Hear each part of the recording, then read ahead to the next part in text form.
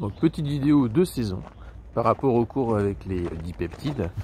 Donc on avait évoqué le fait que pour former un dipeptide, il vous faut 2 acides aminés.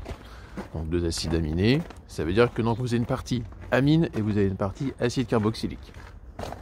Lorsqu'on va donc écrire un dipeptide, vous avez donc par exemple pour la condensation de alanine et glycine, on pourrait l'écrire avec ALA, le tiret gly.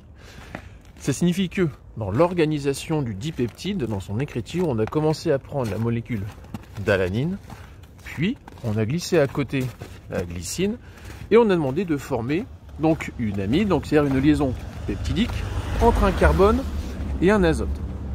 Si donc j'ai formé une liaison entre un carbone et un azote, pour fabriquer cette liaison peptidique, le carbone vient donc de la molécule première, l'alanine, et donc la partie azote provient donc de la deuxième molécule, ça provient donc de la partie amine sur la glycine.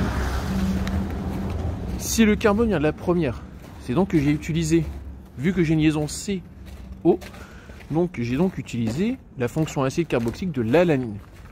Et on comprend donc que j'ai utilisé la partie amine de la glycine.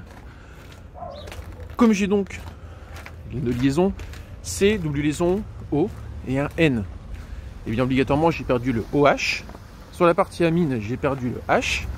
Donc vous avez donc H2O qui a été formé. Ainsi donc, lorsqu'on va donc avoir un dipeptide, vous avez donc lors de la condensation utilisé l'acide carboxylique de la première molécule qui s'est attaché avec l'amine de la deuxième molécule.